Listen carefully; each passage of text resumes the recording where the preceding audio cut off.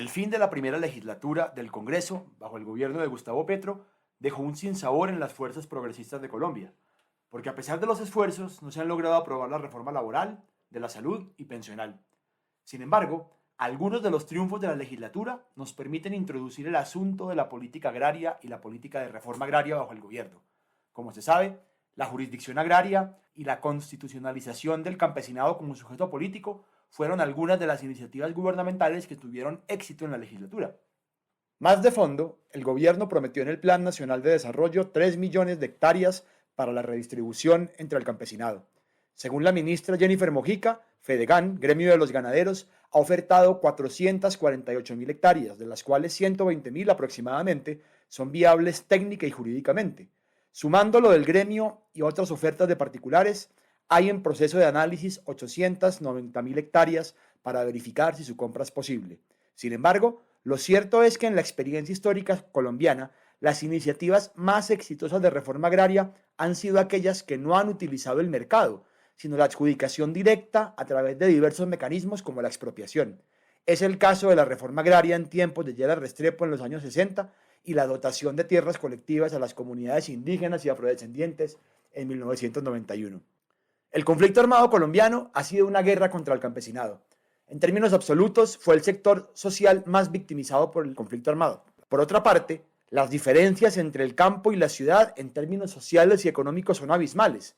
El porcentaje de personas en situación de pobreza multidimensional en centros poblados y rural disperso fue 3,1 veces más alto que en las cabeceras municipales para el año 2022. En ese contexto, la reforma agraria para Colombia es una pieza central de un conjunto de transformaciones destinadas a aumentar la soberanía y la seguridad alimentaria, así como combatir uno de los factores estructurales que ha desencadenado la guerra en Colombia. Esto podría sintetizarse en 3 palabras: pan, paz y tierras. Las reformas agrarias han desempeñado un papel fundamental en el despegue industrial y en la consolidación de las democracias, tal como lo indica Barrington Moore en su célebre libro Los orígenes sociales de la dictadura y la democracia.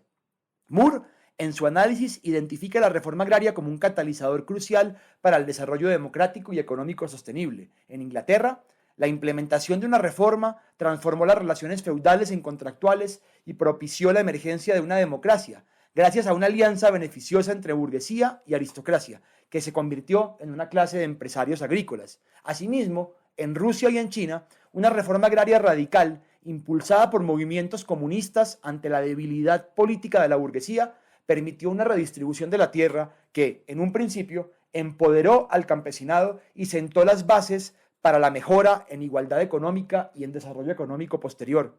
Sin embargo, en países como Alemania y Japón, donde no se llevaron a cabo reformas agrarias y los terratenientes conservaron su poder, las tensiones sociales y económicas culminaron en regímenes fascistas, resaltando así la necesidad de una reforma agraria profunda para transformaciones socioeconómicas exitosas. Es evidente que la relación entre ausencia de reforma agraria y la consolidación del fascismo resuena con la violencia y el autoritarismo político que hemos sufrido en Colombia ante la pervivencia del poder terrateniente. Este análisis de Moore puede generalizarse a través de una serie de mecanismos causales que vinculan transformación agraria con desarrollo económico y social.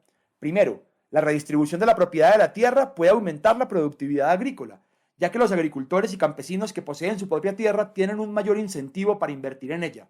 Segundo, la reforma agraria puede liberar capital y mano de obra para la industrialización. Tercero, la reforma puede reducir la desigualdad social y económica al redistribuir la propiedad de la tierra, que es uno de los factores más importantes que explican la desigualdad en Colombia. Estos mecanismos pueden verse claramente en acción en ejemplos más recientes de reforma. En Japón y Corea del Sur, las reformas de la posguerra contribuyeron a aumentos significativos de la productividad agrícola, lo que a su vez impulsó el crecimiento económico y la modernización. En Taiwán, la reforma agraria de posguerra se considera el factor clave en su milagrosa industrialización y en la modernización del país en las décadas siguientes. Además, la reforma agraria puede contribuir al desarrollo social al reducir la desigualdad de la propiedad de la tierra y promover la democratización de las instituciones sociales y políticas. En Kerala, estado de la India de más de 50 millones de personas gobernado por los comunistas, una reforma agraria en la década del 70 se considera el factor clave en la notable mejora de los indicadores sociales del Estado con respecto al resto del país, incluyendo alfabetización y salud pública. Es evidente que sin reformas agrarias no hay desarrollo económico y social sostenible. Por lo tanto, aunque el Estado colombiano ha enfrentado dificultades históricas en la implementación de estas reformas, aunque durante décadas no le haya interesado, es fundamental que el gobierno y las fuerzas sociales populares y progresistas la sigan impulsando. Las experiencias de otros países muestran claramente que la reforma agraria es un motor poderoso para el desarrollo y un paso imprescindible para la construcción de una democracia justa e incluyente. Bienvenidas y bienvenidos a La Célula, proyecto comunicativo de La Creciente, este espacio en el que queremos conversar sobre las urgencias del presente sin perder de vista la construcción de las utopías del futuro. El día de hoy, como siempre, nos acompaña una mesa de lujo. Está a mi derecha Juanita Mayorga, economista de la Universidad Nacional, magíster en comunicación política, en curso, y asesora legislativa de la bancada del Pacto Histórico. Hola Juanita, ¿cómo estás? Muy bien, gracias Santi. Un saludo para la mesa y para toda nuestra audiencia. También está Itayosara Rojas, socióloga de la Nacional, maestría en Desarrollo Rural de la Universidad de Gante y candidata a doctora en Estudios del Desarrollo. Hola Santi y al resto equipo de La Célula y a nuestro invitado. ¿Y quién les habla? Santiago Garcés, sociólogo, investigador en estudios laborales. En esta oportunidad no nos acompaña Santiago López, a quien extrañaremos mucho en esta conversación. Contamos con un invitado especial, Sergio Coronado, abogado de la Universidad Nacional, constitucionalista, magíster en Desarrollo Rural y doctor en Estudios del Desarrollo. Y también historiador frustrado de la Javeriana, porque la empecé y no la terminé, pero bueno. Un saludo para todos, feliz de estar acá en esta conversa para hablar hoy del tema agrario, ¿no? Bienvenido, Sergio. Antes de entrar en materia, queremos presentarles una nueva sección de La Célula, Apuntes de Urgencia, en la que en menos de un minuto nuestras y nuestros invitados nos comentan algo que les preocupe de la coyuntura global, mundial, local, lo que sea. Empezamos con Juanita Mayorga. Bueno, mi apunte de urgencia del día de hoy es que la derecha definitivamente no soportó las banderas LGBTI más en la Casa de Nariño. Y a pesar de que me parezca un poco jocoso el drama y la lloratón que se dio por el simple hecho de que el gobierno pusiera esas banderas y pusiera un arco iris en las fotos de perfil oficiales del gobierno, pues creo que igual sí nos sigue dando luces de cómo seguimos siendo una sociedad bastante conservadora y cómo la discriminación hacia la comunidad sigue estando muy viva en nuestra sociedad. Mi apunte de urgencia para el día de hoy es acerca de distintas editoriales y opiniones sobre los falsos positivos que los han presentado como la expresión de la crueldad del conflicto colombiano de manera muy general, cuando en realidad lo que representan es la especificidad de una doctrina de seguridad que fue operacionalizada a través de la seguridad democrática y que quienes la abanderaron y la lideraron hace unos años hoy se quieren lavar las manos.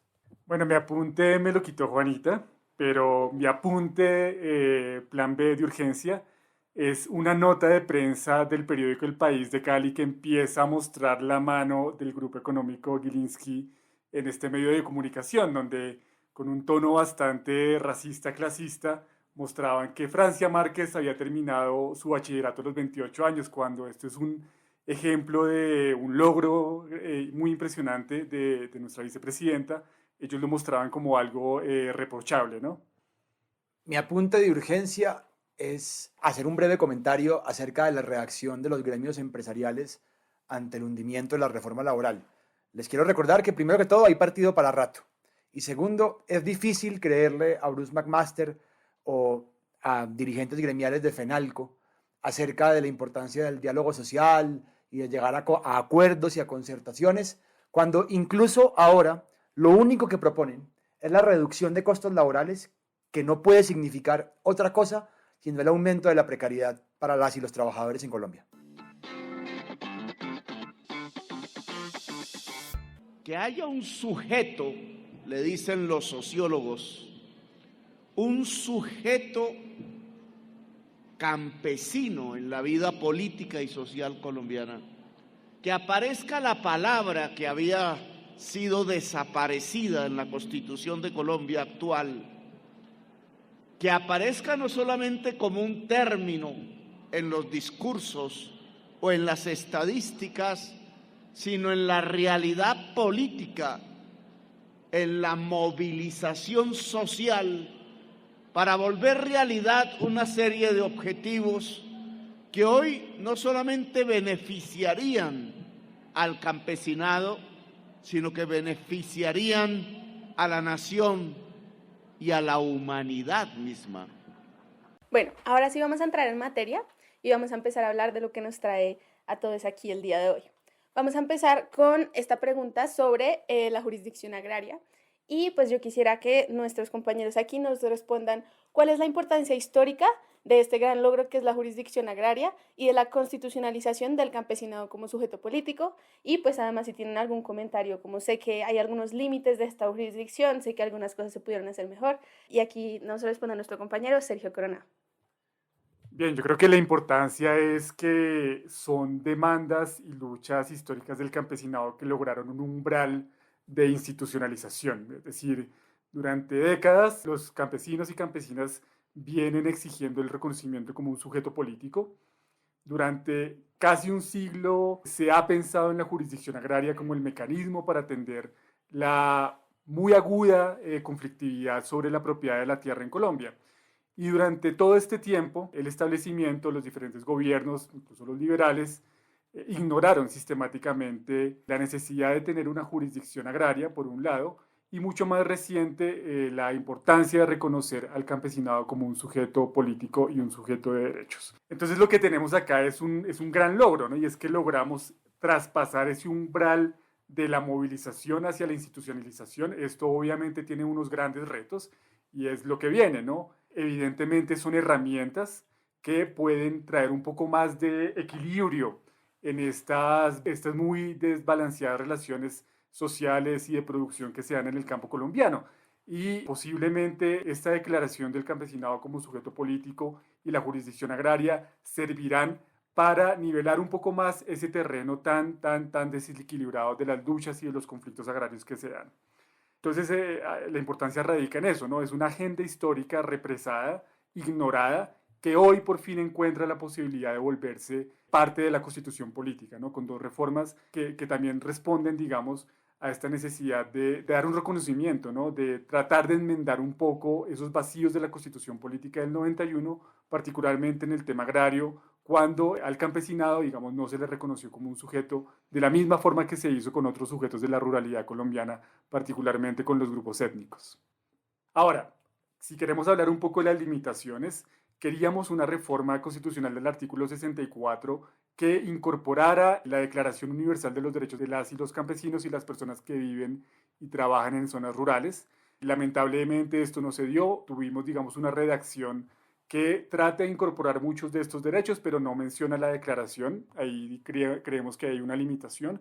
Y por otro lado, en la jurisdicción agraria, lo que ocurrió fue que las cortes tradicionales, como demostraron su necesidad de mantener el control y el poder del establecimiento judicial, al impedir la creación de una nueva corte agraria como un órgano de cierre de la jurisdicción que conociera de forma integral los conflictos sobre la tierra y no los separara dependiendo de la naturaleza de las tierras, si son públicas o si son privadas, que finalmente fue como quedó. Independientemente de esto, creemos que hay, o yo personalmente creo que hay un gran avance y seguramente se volverá otro campo de disputa la puesta en marcha de estas jurisdicciones en donde posiblemente las y los campesinos van a tener una mayor oportunidad de acceder a la justicia. Sergio, en tu intervención resaltaste la importancia de la jurisdicción agraria para que el campesinado pueda acceder a la justicia, pero quisiera traer aquí un argumento, una pregunta que podría surgir frente a esa declaración, que es que, ¿acaso es que el campesinado no tiene ya acceso a la justicia? Cualquier ciudadano no puede ir ante un juez para resolver linderos de propiedad o de lo que sea. Es decir, ¿por qué es importante que hubiera esta jurisdicción? Sí, mira, en realidad, obviamente el acceso a la justicia puede ser algo muy general. Hay una cosa, digamos, que es muy importante a reconocer sobre cómo se resuelve la conflictividad agraria y tiene que ver con un asunto muy específico del derecho agrario y es que es la autoridad agraria en este momento quienes tienen la capacidad de desarrollar procesos que buscan resolver una buena parte de la conflictividad. Lo cierto es que esos procesos son muy demorados. Hay procesos agrarios dentro de la autoridad agraria que han durado, no sé, 5, 10, 15, 20 años sin resolverse. Los cambios institucionales en las autoridades agrarias, pasando de INCORA, INCODERA, ahora ANT, han tenido también, digamos, traspiés en la continuidad de estos procesos, digamos, ha sido mucho más difícil. Y lo cierto es que, aunque hay posibilidad de acceso a la justicia, no es expedita, no es rápida. El acuerdo de paz tenía algunas de las cosas muy bonitas que tenía el acuerdo, era, dicen, miren, una de las formas en las cuales la gente ha podido acceder a la justicia en Colombia, de forma genérica, es la acción de tutela, ¿cierto? Entonces, cualquier ciudadano sin representación judicial por un problema relacionado con la protección de sus derechos fundamentales va y pone una acción de tutela. Una de las propuestas del acuerdo de paz era, tengamos una acción de tutela agraria, tengamos un mecanismo expedito que le permita a los y las campesinas que enfrentan problemas o conflictos sobre la propiedad de la tierra, que requieren atención en temas de deslinde, que requieren atención en temas de clarificación de la propiedad, de formalización, etcétera, etcétera, un mecanismo expedito, con un juez que tenga toda la capacidad y todas las posibilidades de tomar decisiones de fondo sobre los conflictos que le van a llegar en temas de propiedad agraria. Y esto es precisamente, digamos, una forma de facilitar el acceso a la justicia. Obviamente, los mecanismos existen en este momento, de alguna forma un poco dispersos, pero una posibilidad es que la jurisdicción agraria concentre esta especialidad y permita también que la gente pueda acceder de una forma mucho más rápida y expedita a una resolución de conflictos que ahí sí es muy importante, y es que se haga bajo la perspectiva y el punto de vista del derecho agrario, y es proteger a las relaciones más débiles de las relaciones agrarias y promover la producción agroalimentaria, evitando, digamos, obviamente situaciones antieconómicas como el gran latifundio improductivo o el fraccionamiento improductivo de la propiedad agraria. Entonces ahí hay unos criterios con los cuales se deberían tomar decisiones en la jurisdicción.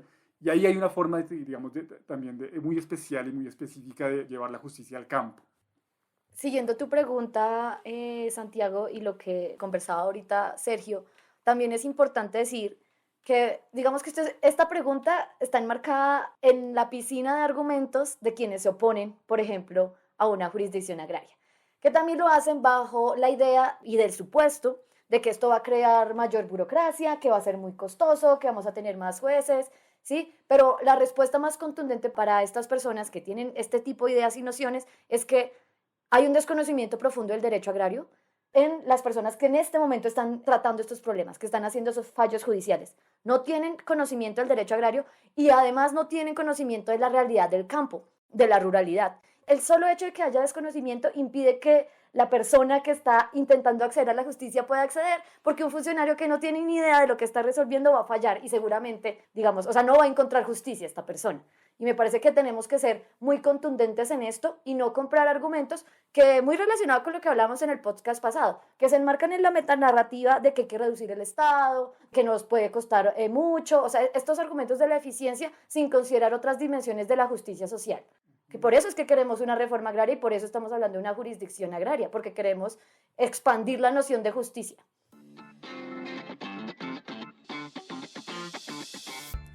Ministra de Agricultura Jennifer Mujica, ya que usted está hablando de la reforma agraria de la paz total, eso que se está haciendo en el norte, ¿cómo avanza ese proceso del diálogo con las comunidades afroindígenas para que avance este tema de la reforma agraria de la paz total? Bueno, nosotros tenemos la tarea del presidente de trabajar 24/7 y es literalmente 24/7 por la reforma agraria. La reforma agraria, el primer componente es tierras, compra de tierras, recuperación de tierras y entregas de tierras.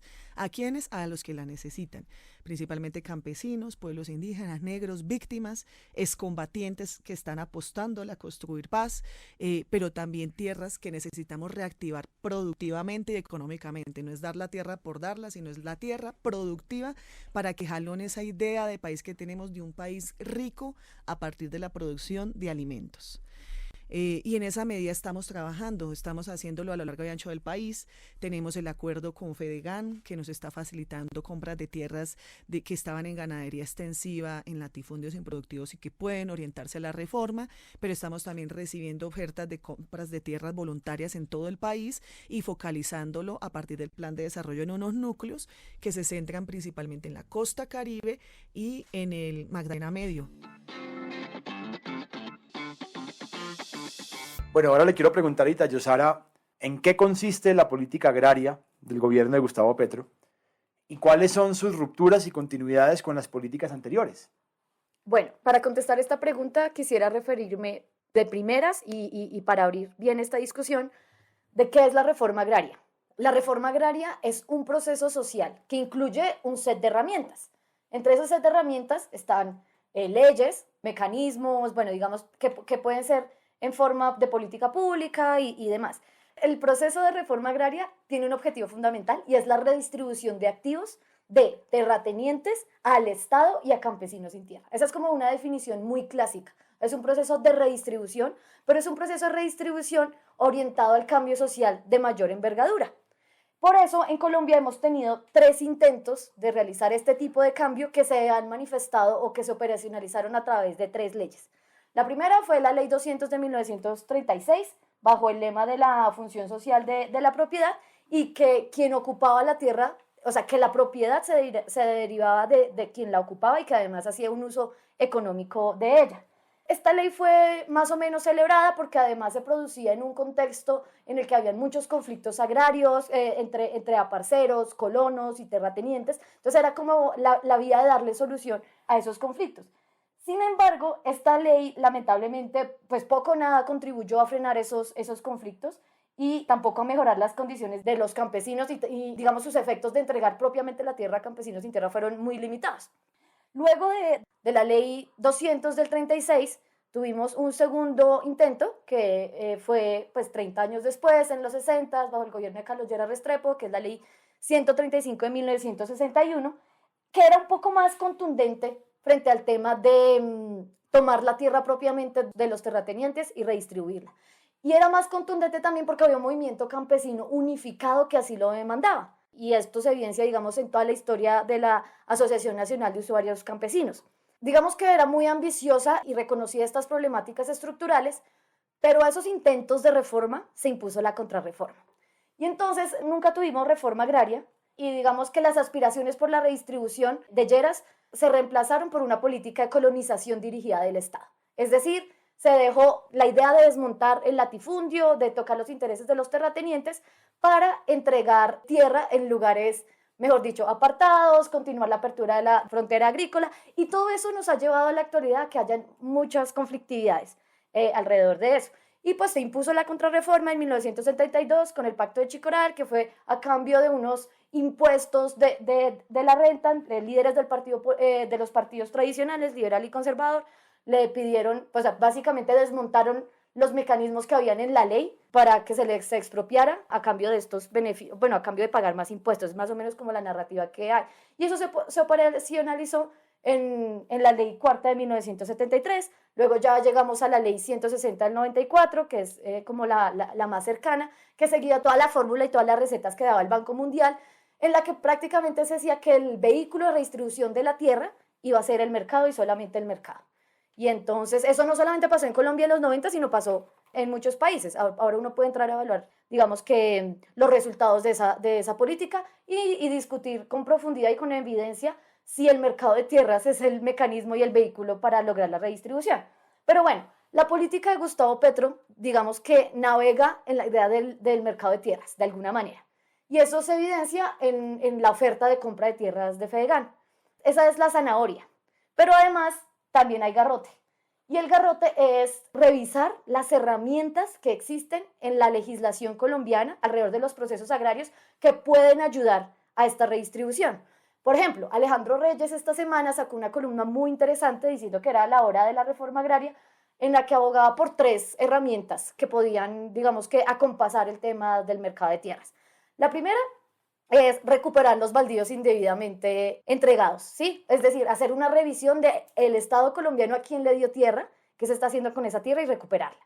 La segunda es precisamente porque como no hubo reforma agraria y lo que hubo fue colonización dirigida, pues esa colonización dirigida sucedió en lugares estratégicos que continuaron la apertura de la frontera agrícola, pero además son lugares que hoy consideramos que son de protección especial. Entonces, por ejemplo, está el caso de todos los territorios que están bajo la ley segunda de 1954, que eso es zona de reserva forestal.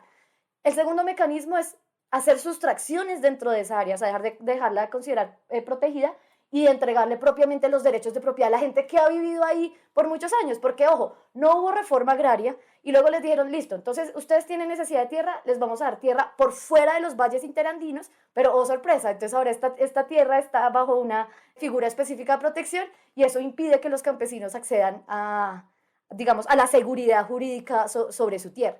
Y el tercer mecanismo, el que hablaba Alejandro Reyes, es la expropiación sin indemnización, que eso también está en la legislación colombiana. Sin embargo, eso causa pues mucha piquiña en Colombia, ¿no? El hablar de la expropiación a sabiendas de que está presente en la legislación colombiana, pero yo creo que Sergio nos puede hablar muy bien de cómo está esta figura en la actual legislación. Lamento haberme extendido tanto, pero como para resumir, lo que quiero decir es la política de tierras de este gobierno para lograr un proceso de transformación con los objetivos de una reforma agraria se basa en mantener, por un lado, la vía mercado, y por eso está pues, la compra y venta voluntaria con FEDEGAN, pero por el otro lado, alta regulación estatal y hacer uso de los procesos agrarios y de las herramientas que están en este momento en la ley colombiana para recuperar esas tierras, ¿no? Entonces, una combinación. Entonces, es algo así como zanahoria y garrote para los terratenientes. Y el otro elemento que yo creo que está ahí en la política de tierras del actual gobierno es un impulso muy fuerte a las formas de territorios colectivos, ¿no? Un impulso muy fuerte a la titulación bajo resguardos indígenas, tierras de consejos comunitarios de comunidades negras, desentrabar esos procesos de constitución de zonas de reserva campesina que han estado durante mucho tiempo, digamos, durmiendo el sueño de los justos, ¿no? Como dicen en los estantes de las autoridades agrarias. Y ahora esta nueva figura que incorpora el Plan Nacional de Desarrollo, que son los territorios campesinos agroalimentarios. Entonces aquí hay 4 figuras de ordenamiento territorial, de las cuales 2 implican derechos de propiedad colectiva y otros 2 límites a las dinámicas del mercado de tierras y que seguramente van a ser muy útiles como complemento a las políticas agrarias del actual gobierno.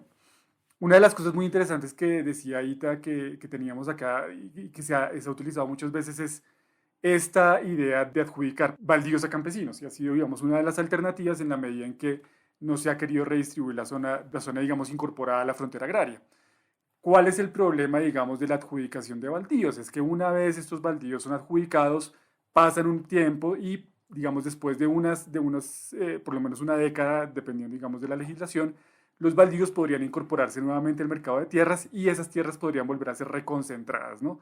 Entonces es importante, digamos, utilizar los mecanismos de reforma agraria con los que se cuentan, particularmente las zonas de reserva campesina, para evitar que las tierras que han sido adjudicadas desde los baldíos a campesinos se vuelvan tierras que posteriormente, ¿no? Debido a los impulsos, digamos, a las mismas dinámicas del mercado o a la llegada de actores poderosos o a las dinámicas, digamos, de fiebre por las tierras y los recursos naturales, terminen siendo nuevamente concentradas en manos de unos pocos, ¿no? Entonces una figura que facilita la redistribución podría con los años de alguna forma habilitar un nuevo proceso de concentración y de mayor desigualdad en la estructura de la tenencia de la tierra. Esto que está diciendo Sergio es muy importante y yo creo que a mi juicio constituye uno de los desafíos más grandes que tiene la política de tierras de este gobierno, considerando fenómenos globales y estructurales, como es la reconcentración de la tierra debido, digamos que a motores económicos de carácter más global. Y esto es un tema que toca el fondo de mi corazón y de mi tesis doctoral, que es lo que estudio, la fiebre por la tierra y las materias primas. Esto que está pasando en Colombia no es solo en Colombia, el tema de reconcentración, nuevos actores haciéndose la tierra, por ejemplo, está el caso de los menonitas en el Meta, está el caso de empresas de palma de aceite, etcétera, etcétera. Esto no es, digamos que único en Colombia, es un fenómeno global. Entonces, si partimos de reconocer ese fenómeno global y si hacemos una reforma agraria rápida que no considere la complejidad de este problema, lo que vamos a resultar haciendo es lavando las tierras de la fiebre por la tierra y que se lleva a un proceso de reconcentración. Esto también es un desafío y esta es la principal crítica que se le tiene a los mecanismos de mercado como vehículo redistributivo. Y es que casi siempre que se utiliza la vía mercado resulta en reconcentración. Y eso hay casos en el mundo, es Sudáfrica, El Salvador, Brasil, las Filipinas. Y entonces, pues yo creo que la capacidad del Estado de actuar de manera adecuada, en el momento adecuado, va a ser decisiva para prevenir este problema a la luz de fenómenos globales y también a la luz de las limitaciones de los instrumentos que tenemos. El instrumento que tenemos, pues, es el mercado. Entonces yo pienso que eso es muy como un desafío. Hay un segundo desafío de otro orden, que es de un orden político, pues político, cultural y social, que tiene que ver con la idea de cómo este país, cómo nosotras y nosotros los colombianos percibimos el tema de la expropiación y cómo se vendió que era muy mala, que era terrible, cuando por favor, amigos y amigas, la expropiación para fines de desarrollo pasa en la China, en la Conchinchina, en la Indochina, en todas partes, en todos los países del mundo. ¿Sí? Sin embargo, acá en Colombia se pintó como si fuera pues como el monstruo, lo más terrible, y además yo sí creo que eso ha sido una victoria de la derecha más retardataria, y es hacer que gente que no tiene finca para ir a Napoima esté preocupada porque la van a expropiar, porque eso no tiene nada que ver, eso es casi que un triunfo cultural esta idea, y dificulta mucho dar el debate en materia de cuáles serían las herramientas para redistribuir tierra de manera más efectiva. Y una de ellas sí es la expropiación sin indemnización, como sucede en otros países. Sin embargo, acá el debate alrededor de eso es muy álgido. Entonces yo pienso que vería esos dos desafíos muy grandes de la política de tierras de este gobierno. Sí, además yo creo que del triunfo del que hablas también es particularmente con cierto tipo de expropiación. O sea, yo no veo que estén lapidando a Claudia López porque expropien ciertas partes de la ciudad para que pase el metro, ¿no? Como que todo el mundo logra entender que el metro es súper importante, pero para otras cosas como la reforma agraria como que no logran entender la importancia de primar el bien común. Pero yo les quería preguntar específicamente sobre los acuerdos de terratenientes como la FORI y pues específicamente cómo se dio esta entrega de tierras, porque yo sí vi una suerte de, ay, gracias por entregarnos estas tierras, una muestra como de, sí, como de admiración absoluta, como por hacer esta tarea histórica, ¿no? Por parte de los terratenientes como la FORI, pero yo sí quisiera saber bien cómo se dieron esos tratos y qué características tenían, por ejemplo, estas tierras que entregaron, que sé que pues no eran las mejores tierras y las más fértiles, pues entonces quisiera saber un poco más de eso.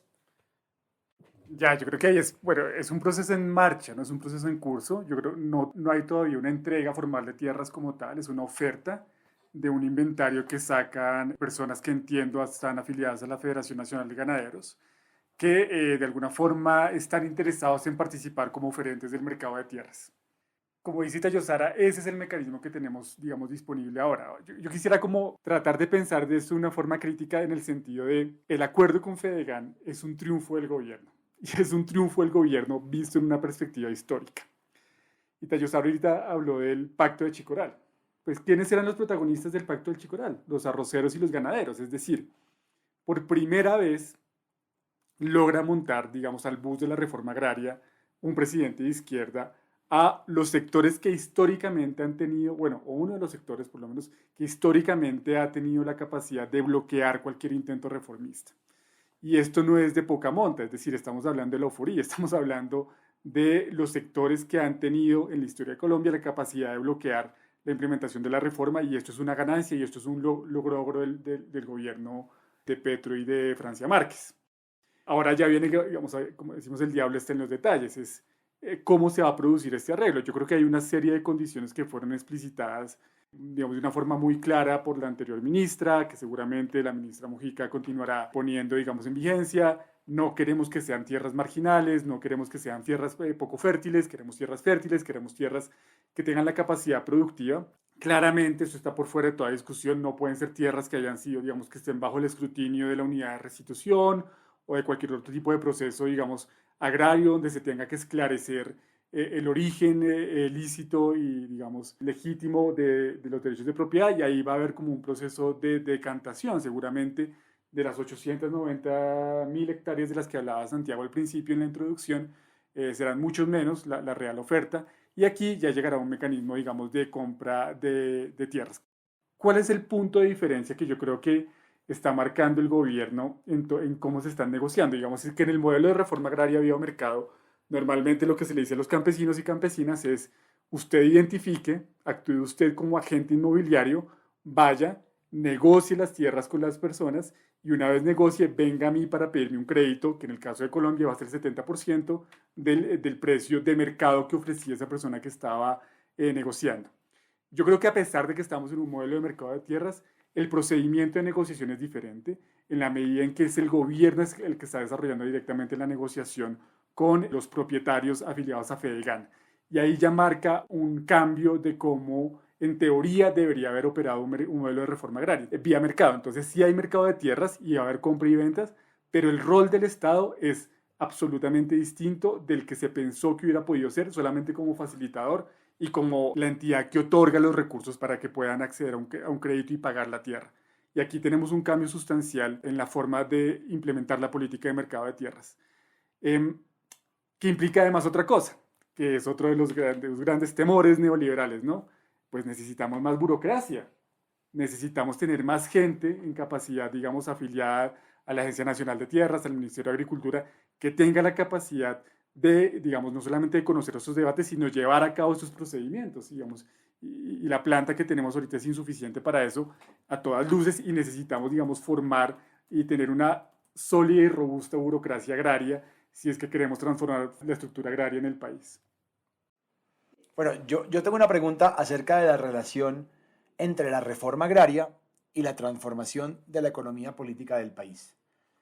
Es decir, cualquier cambio en cómo produce alimentos un país, en quiénes lo producen, si esos activos son grandes plantaciones o son pequeñas unidades productivas, puede generar repercusiones en el resto de variables económicas y sociales. Quisiera que habláramos de eso, de manera más concreta.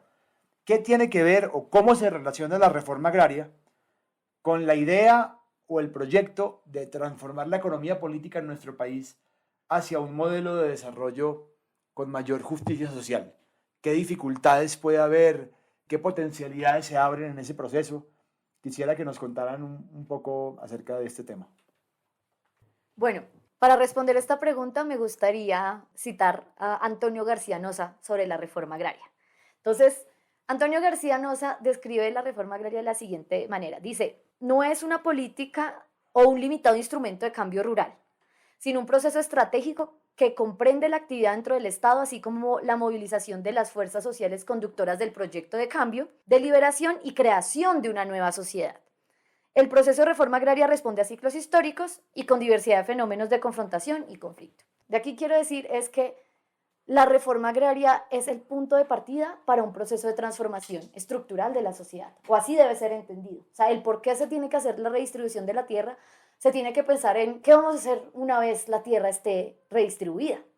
Y yo creo que aquí nos enfrentamos, digamos que a distintas nociones, perspectivas de qué es lo que se debería hacer con esa tierra y cómo debería hacerse. Yo defiendo una posición en la que se le da más poder a los campesinos, en las que se transformen las relaciones sociales, en las que participan las comunidades rurales en general, ¿cierto? Y cómo producen y para qué producen. En este sentido, pues se vendrían una serie de choques entre unas formas de producción de habitantes rurales y otras formas de producción que son de monocultivo, que tienen asociadas unos insumos agrícolas muy específicos que tenemos que comprar a alto precio, etcétera y demás. Entonces yo pienso que en últimas hay que entender, y yo de manera genuina lo veo al menos desde la cabeza del Ejecutivo, desde el presidente, y es que si él entiende la necesidad de la reforma agraria en el marco de un cambio estructural, y por eso habla de reindustrialización. Ahora, ahí caben muchas preguntas. Y las preguntas son, listo, entonces, ¿qué vamos a producir? ¿Cómo lo vamos a producir? ¿Y para quién lo vamos a producir? Esas son las preguntas, digamos, esenciales de la economía política. Y eso hay que pensarlo. De quién va a tener qué, quién va a hacer qué, quién se va a quedar con la ganancia de eso que se produce y en dónde se va a reinvertir. Y yo creo que hay unos modelos en tensión de los que podemos conversar. Pero pues yo sí tengo una perspectiva más campesinista y es de entender el proceso de producción económico más allá de la eficiencia y de los mercados de productos, sino pues también cómo fortalecer las formas de producción autóctonas que tenemos, que además de ser autóctonas, pues existen porque tienen conocimiento del suelo en el que se producen, del ecosistema donde se producen y demás. Yo acá tengo una anécdota bastante interesante y es hablando sobre, por ejemplo, el modelo exportador del café, y es que alguna vez en una conferencia en Holanda yo hablé de la necesidad de superar ese modelo exportador pues en ecosistemas estratégicos como por ejemplo la Amazonía. Y un técnico del desarrollo muy versado me dijo, me parece muy loco lo que tú estás diciendo cuando Colombia ha logrado su desarrollo a través pues, de la economía de exportación del café y de las flores. Yo decía, wow, esta persona conoce muy bien el contexto colombiano porque claro, ¿quién va a sembrar café y flores en la Amazonía colombiana con un suelo de características tan específicas? ¿Cierto? Entonces acá hay una suerte como unas fórmulas universales que se quieren aplicar, pero eso tiene unas limitaciones. Esos técnicos del desarrollo pues se equivocan y creo que unos modelos en tensión. Habría que ver acá en Colombia qué tipo de transformación, por ejemplo, si queremos tener un modelo más o menos dual en el que haya monocultivo exportador y además economía campesina y de los habitantes rurales, en caso de que optemos por esa vía, ¿cómo se va a garantizar? O sea, que se garanticen los derechos de los menos poderosos cuando se entran en estas disputas, porque eventualmente entran en disputas. Eso pasó en Brasil. Entonces sí pienso que es una pregunta bastante interesante, pero que eso va a suscitar debates, porque habrá quienes digan que bueno, entonces industrialicemos la agricultura, que sea solamente a través de un modelo de industrialización y que desaparezca el campesinado. Habrían posturas de ese tipo, con las que pues yo no converjo, pero que además creo que esta transformación de la matriz productiva tiene que tener en cuenta también factores ambientales y un factor global que tiene que ver con la multiplicidad de crisis, el escenario de múltiples crisis en las que estamos, de recesión global desde el punto de vista financiero, pero además crisis climática, pero además crisis humanitarias y así sucesivamente. Sí, aparte de los elementos que pone Itayosar aquí sobre la mesa, la pregunta de Santiago es muy sugerente, pero me va a permitir transformarlo un poco, y es cómo se relaciona la reforma agraria con la economía política del país. Pero lo que yo creo es que en este momento la reforma agraria también se relaciona con la ecología política del país. Se piensa mucho la reforma agraria como una medida de corte económico, orientada, digamos, a incrementar la producción de alimentos para reducir los precios y poder alimentar a las grandes bases urbanas en una forma alternativa que lo haría, digamos, el gran latifundio o la agricultura industrial, altamente industrializada, digamos, bajar los precios por incrementando el área producida y reduciendo los costos de producción. La reforma agraria sería una alternativa a eso, tener más capacidad, digamos, productiva en el campo a partir de una mayor distribución de los mismos activos productivos que son la tierra y el acceso a los recursos y tal. Pero eso es una parte de la reforma agraria en realidad. Otra parte de la reforma agraria es que habla de un modelo de ordenamiento territorial, habla de un modelo de ser y estar en un territorio, de ser y estar en los ecosistemas en los cuales esos territorios ocurren, ¿no? Y yo creo que algo y que es muy interesante, volviendo a hablar de los retos del gobierno Petro, tiene que ver con precisamente empezar a comprender esa relación entre distribución de la propiedad de la tierra, democracia rural, ecología, ordenamiento territorial alrededor del agua, como algo que puede compaginarse para finalmente, digamos, llegar a un mismo fin, que es generar comida, ¿no? Alimentar a la sociedad, pero de una forma en la cual no ponga en riesgo la estructura ecológica del territorio colombiano. Y aquí la reforma agraria yo creo que puede, digamos, se pinta de verde, de un verde rojizo, si uno quisiera pintarlo, porque trae mucha más democracia, ¿no? No es solamente ocupar y producir lo que ecológicamente es viable y apto a producir, sino hacerlo de una forma en la cual podamos garantizar sostenibilidad. Y aquí yo creo que también estos debates y esas perspectivas de la agroecología y de la soberanía alimentaria, que progresivamente están siendo incorporadas esas perspectivas de la reforma agraria, pues nos están, digamos, abriendo las posibilidades y abriendo campo de una forma muy, muy impresionante. Si estamos preparados para eso, no, eso es un gran debate, digamos. Si cambiamos completamente la matriz de producción y pensamos que sean los medianos y los pequeños campesinos quienes tengan la capacidad de alimentar al país, pues yo creo que requerimos mucho para eso. Ganamos en soberanía alimentaria, ganamos en seguridad alimentaria, ganamos en no depender de las exportaciones de granos, ganamos en no depender, digamos, del dumping, ¿no? Como estas políticas que tienden a quebrar a los pequeños productores. Pero pues obviamente ahí hay una apuesta política de largo aliento, y así es como yo creo que lo está pensando un poco Petro, que algunas veces parece como muy afín a la gran producción, altamente, digamos, eficiente y con grandes rendimientos por hectárea y tal, y a veces pareciera que es mucho más cercano a una postura agroecológica y de transformación de la producción para hacerla acorde a la reproducción de la vida. Entonces ahí estamos como en una tensión en donde estos elementos también empiezan a tener posibilidades de ser desarrollados en un proceso en el cual los movimientos campesinos van a tener que decir mucho.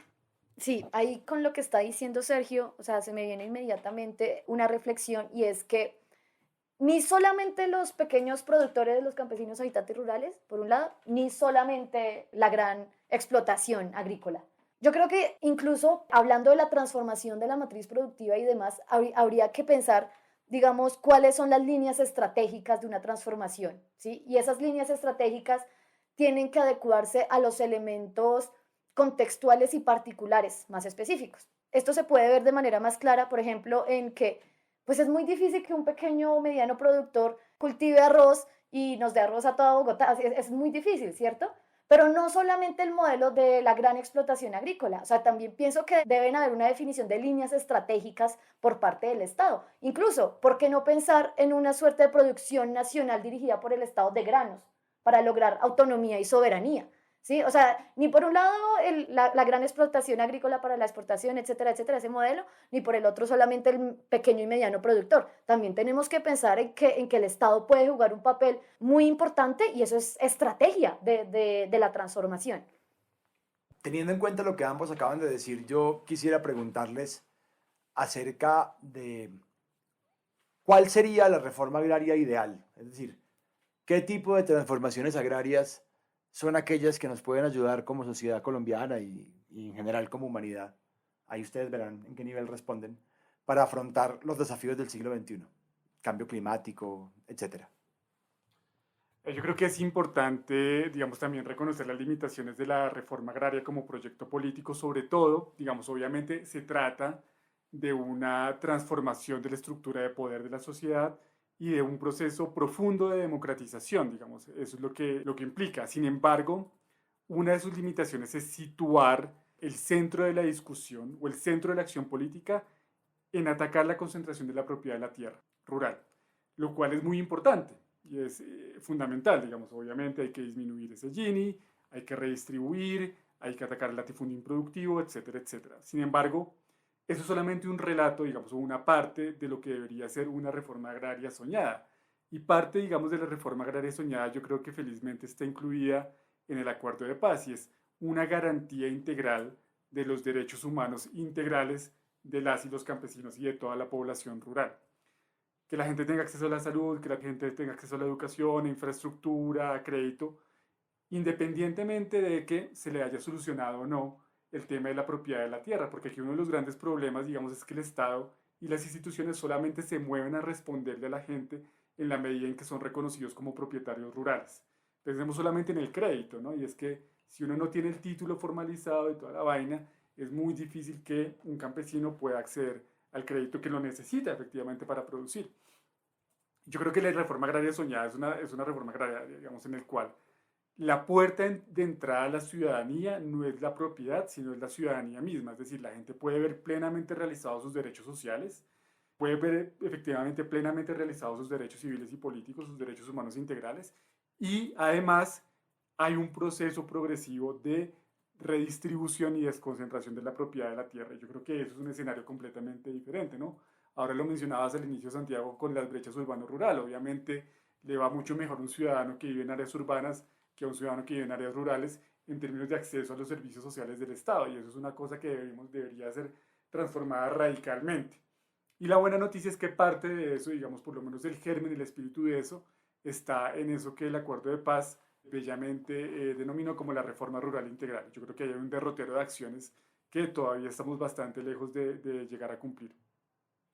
Yo quiero reaccionar un poco a lo que dice Sergio y sobre la reforma rural integral. Yo pienso que lamentablemente en Colombia el último año, bueno, pues desde que volvimos a hablar de los debates agrarios y de reforma rural, pues claro que retomamos la importancia del punto 1 del acuerdo de paz. Sí, la importancia, pero yo creo que si uno piensa en materia de utopía y del proyecto, pues yo pienso que es insuficiente. O sea, con esto no estoy diciendo que el acuerdo de paz estuvo mal, ni mucho menos. Somos defensores y defensoras del acuerdo de paz y de la reforma rural integral. Sin embargo, muchos de los alcances se perdieron también en la renegociación después de perder el plebiscito y demás. Entonces, en materia de tierras y en materia agraria, digamos que es como un primer paso importante, pero no puede ser el fin último. Y no podemos pensar que, no creo que sea el caso de Sergio, pero lo he visto, digamos, en otros espacios y con otras personas, también como influyentes en los debates agrarios, como si fuera la panacea, como si fuera el fin último. Y pienso que tenemos que ser más ambiciosos cuando hablamos pues, de los objetivos estratégicos de transformación social que se pretenden con una reforma agraria, que se puede partir de la reforma rural integral, pero no cumple los objetivos estratégicos de una reforma agraria más ambiciosa. Sí, totalmente de acuerdo con Ita. O sea, sabemos que Fue un avance el acuerdo de paz, a pesar de todo. Fue un avance y está siendo un avance que estas discusiones se vuelvan a dar en este gobierno, pero pues sabemos que falta mucho. De todas formas, en este camino que estamos transitando, yo sí les quería preguntar cómo ven este cambio de cartera que hubo en el Ministerio de Agricultura, donde pasamos de Cecilia López a Jennifer Mojica.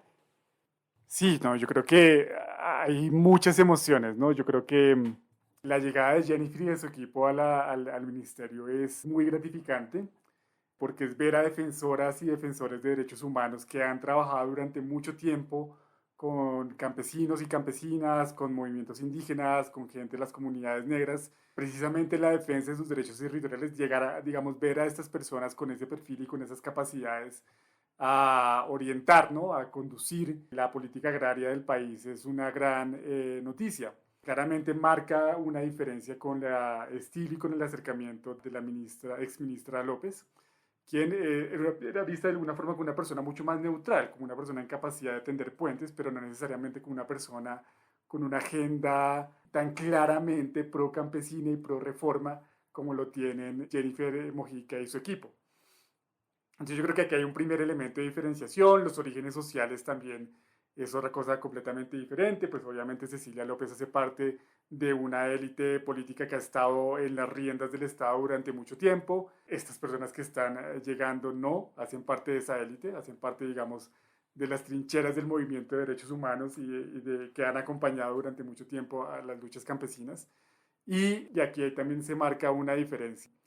Y lo otro, digamos, es que claramente marca una ruptura frente, digamos, en el contexto de la transición política que llevó a la recomposición del gabinete, una vez, digamos, se perdió el respaldo legislativo de algunas de las reformas que estaba llevando Petro. Entonces eso también debe entenderse como una reconfiguración en donde las metas, digamos, más auténticamente del programa digamos, de izquierda del gobierno del Pacto Histórico van a estar en manos de gente que estuvo a cargo, digamos, de pensarlas y de diseñarlas en el momento en el cual estábamos en campaña, pero también en el momento en el cual estaban haciendo el empalme y todo eso. Entonces yo creo que hay una transición política bien importante que esperamos que sea sostenible en el tiempo, ¿no? Porque obviamente estos cargos también dependen de arreglos, de composiciones, de acuerdos entre fuerzas políticas no necesariamente alineadas, pero bueno, es muy importante ver que por primera vez en la historia del país yo creo que por primera vez en mucho tiempo el Ministerio de Agricultura dejó de estar en manos del Partido Conservador, como lo estuvo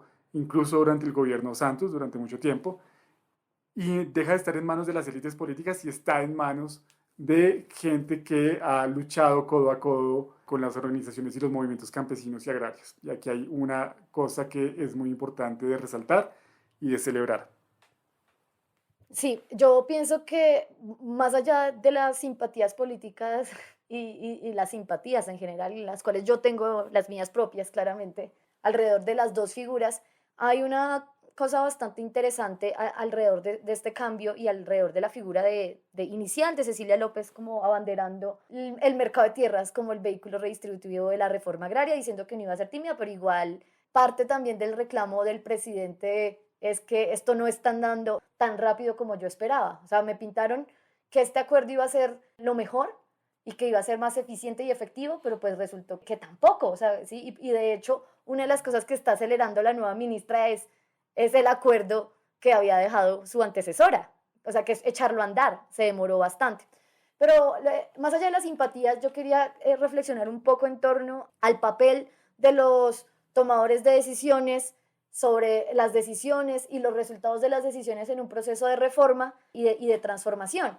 Al respecto, hay estudios muy interesantes sobre el papel de los técnicos en esos procesos de transición y de reformas. Y esa figura de los técnicos yo creo que la representaba muy bien Cecilia López en el Ministerio de Agricultura y José Antonio Ocampo en el Ministerio de Hacienda. O sea, en algún momento un proceso de transformación y de reforma tiene que traer a bordo a estas personas. Pero para lograr los objetivos de esas reformas también tienen que salir de ellos, porque eventualmente van a chocar los intereses, precisamente pues, por quiénes son, de dónde son, cuál es su experticia. Entonces me parece que tenerlos a bordo en un primer momento fue una decisión acertada y ahorita este cambio también es una decisión acertada en aras de profundizar el proceso de reforma y que no se use la vieja confiable es que lo que pasa es que no tenemos técnicos, expertos, es que no conocen, ¿sí? Es decir, es como si todo el andamiaje institucional existente está en contra del proceso de cambio, de transformación y de las reformas. Y claro que sí, el proceso de cambio está orientado a transformar eso, ¿cierto? Entonces, por eso siento que ese cambio entre las dos figuras en el Ministerio de Agricultura es una muestra, digamos que a mi juicio fue muy, muy, muy buena en aras también de considerar los fines más grandes del proceso de transformación, porque es que no vinimos solamente a administrar el Estado como lo estaban haciendo antes, ¿no? Vinimos para impulsar un proceso de transformación y en el Ministerio de Agricultura es para hacer una reforma agraria. Ahora, que sea muy ambiciosa, o sea, digamos, los alcances yo creo que son limitados, pero si logramos de alguna manera al menos cumplir los objetivos de lo que quería Carlos Llera Restrepo en el 61, pues yo creo que no nos daríamos por bien servidos. Eso sí, pues tenemos todavía otros 60 años de brecha y de deuda histórica que hay que cerrar. Bueno, para cerrar este episodio, yo quisiera que todos y cada uno de quienes estamos acá resumiera en máximo un minuto cuál es la idea central que quiere compartirle al público de la célula con respecto a la reforma agraria.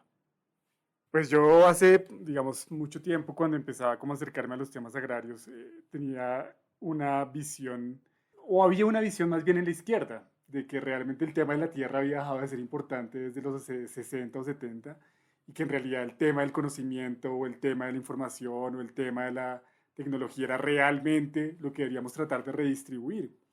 Y a mí me da una gran alegría y una gran, digamos, esperanza ver cómo el tema de la tierra está centralmente puesto en la agenda de la izquierda y del gobierno, digamos, actual. Porque la reforma agraria no es un asunto que deba interesarle únicamente a los campesinos sin tierra o a la gente, digamos, interesada en que haya una mejor equidad y redistribución de la tierra en el campo, sino en realidad es un proyecto de sociedad. Es algo que nos debe interesar a todos y a todas. Y buena parte, digamos, de la dificultad que ha tenido la reforma agraria para haberse realizado es la poca fuerza social que ha tenido para su realización. Hace unos 10 años veíamos cómo en las imágenes del paro agrario empezaban a mostrarse esas imágenes de solidaridad con las y los campesinos movilizados.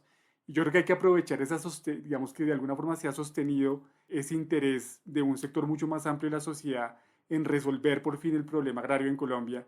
Y creo que estas reflexiones pues ojalá sirvan también para convencer a mucha más gente que nunca se ha interesado por estos temas en poder apoyar, digamos, de múltiples formas, políticamente, difundiendo la voz, acudiendo, digamos, a un ejercicio electoral ahora en octubre mucho más cercano a las necesidades de los territorios y poniéndole atención también a esos candidatos y candidatas que están hablando de este tema, ¿no? Que muchas veces es un tema que se piensa que es solamente de la política nacional, pero también es de la política regional y local. Entonces aquí hay algo que nos compete a todas y a todos y que es nada más y nada menos la respuesta a la pregunta sobre cómo nos vamos a alimentar como sociedad y cómo vamos a ocupar el espacio en el cual habitamos como país. Bueno, ya Sergio nos aclaró por qué el tema de tierras y agrarios sigue siendo relevante, que eso es como un mensaje muy contundente y por qué estamos hablando de estos temas.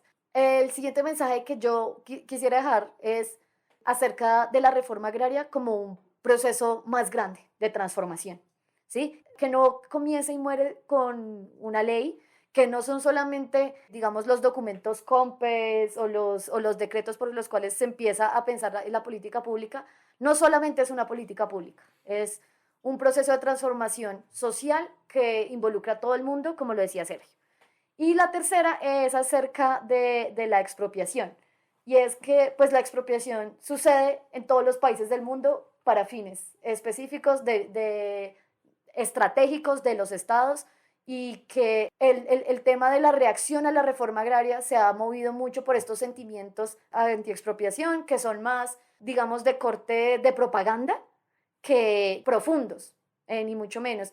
Y que uno de los desafíos que tenemos como sociedad para adelantar un proceso de transformación como el que se pretende con una reforma agraria es desmontar la idea y dejar que las personas pobres en las ciudades crean que los van a expropiar, porque de eso no se trata, ¿sí? Y que tenemos que derrotar a la derecha en su idea de hacernos creer que todos somos propietarios de fincas en Anapoima y que no las van a quitar, porque es que esa no es la realidad de este país.